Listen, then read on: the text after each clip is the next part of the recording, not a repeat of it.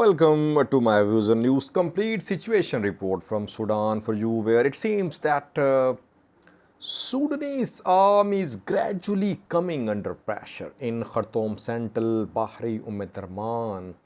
If you analyze developments of the last 2 weeks, we can conclude that rapid support was trying to choke the supply lines of Sudanese army. Details for you.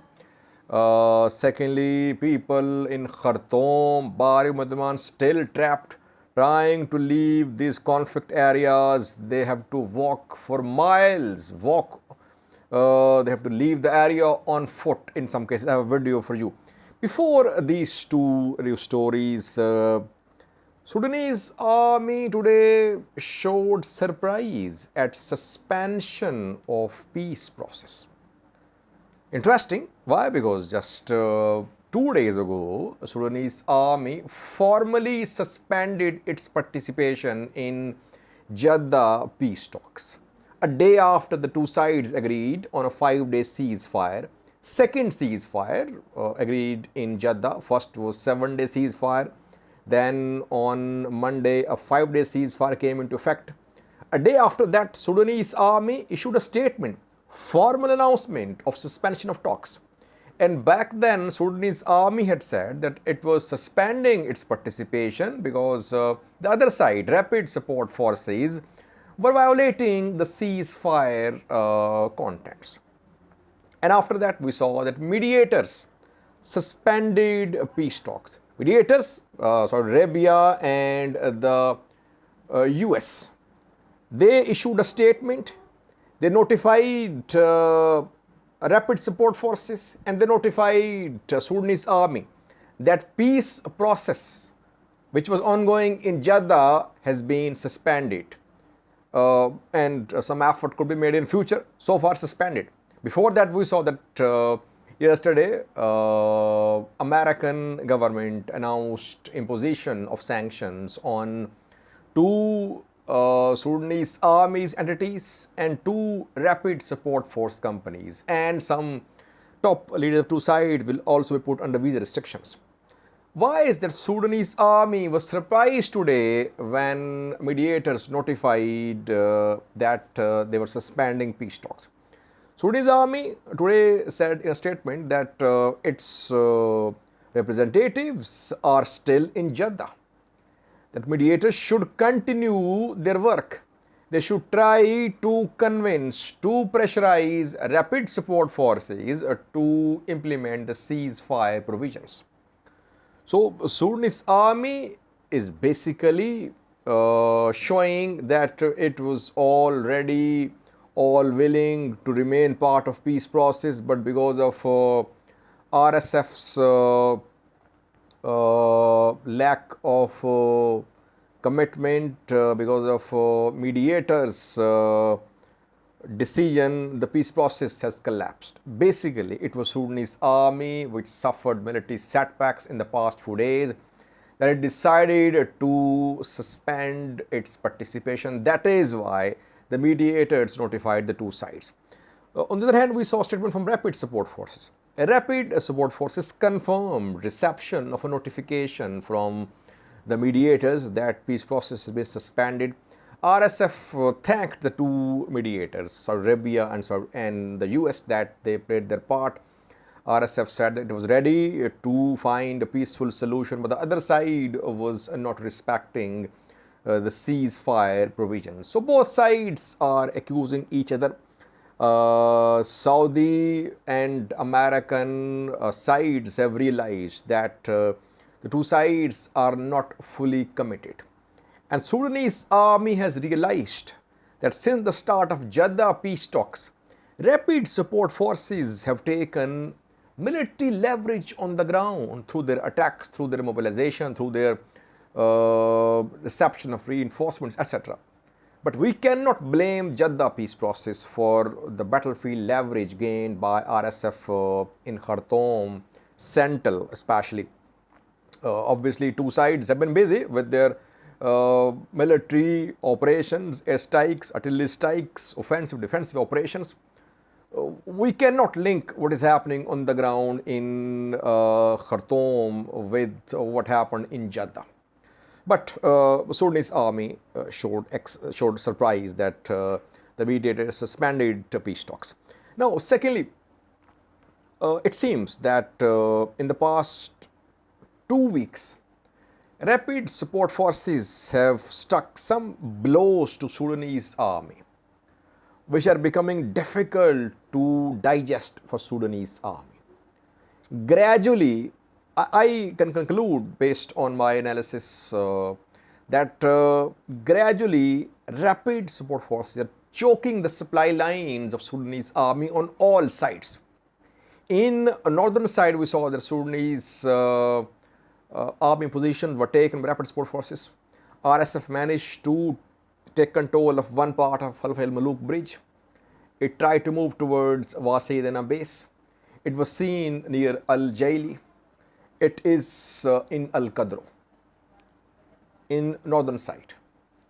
In Khartoum Central, we saw that to the west of airport, to the west of Sudanese army headquarters, strategic core was taken by rapid support forces just 48 hours ago. A very strategic place. Now, supply lines for Sudanese army stops in General Command headquarters have come under pressure because of this fall of strategic core to rapid support forces. Before that, they took control of air defense headquarters to the south of Khartoum International Airport at a distance. And yesterday, there was heavy fighting to the east of Jabal Aulia military base, fight for control of Al Taiba camp. And a few hours ago, rapid support forces shared a video from Taiba camp, which is close to Jabal Aulia. And we have seen that Sudanese army is not in control of Al Manshia bridge. It is under RSF control, East Nile side. So you see, on all sides, in northern, western, southern, eastern side, gradually rapid support forces are tightening their noose, tightening their grip, and Sudanese army supply lines could be in danger. Though we saw that 3 divisions of Sudanese army were seen moving towards central Khartoum from southern side. They were seen passing close to Taiba camp. Maybe that is why there was fighting near Taiba camp yesterday. But Sudanese army is trying to get more reinforcements from eastern and southern parts of Sudan. Overall, we can sum up based on these developed in the last 2 weeks that rapid support forces have expanded the areas under their control. They are taking strategic sites. Their supply lines are fully intact. Therefore, they have upped the ante there. They are in Al Ubaid too. Therefore, Al Ubaid Khartoum route under their control. Strikes have had limited impact. Sudanese army has definitely unlimited supply of manpower. We know that Malak Agar is now the deputy head of Sudan's Transitional Sovereignty Council. So it means that he could play a part as well. SPLM fighters could be in the battlefield too in coming days if there is shortage of manpower for Sudanese army. Manpower is not an issue for Sudanese army. Problem is that despite having more manpower, despite having air superiority, Sudanese army could not strike any decisive blow to rapid support forces in Khartoum, Omdurman, Bahri in the past few days, while Hamathi is nowhere to be seen. Hamathi is missing. We saw Abdurrahim Dagalo yesterday. He's leading his troops from the front. He was seen near strategic core in a video 2 days ago. Hamathi is not there. So you can see, even without Hamathi, rapid support forces, they are in control of their areas and they're expanding the control. So I personally see that Sudanese army will have to do something different to come out of this pressure. 2 videos for you.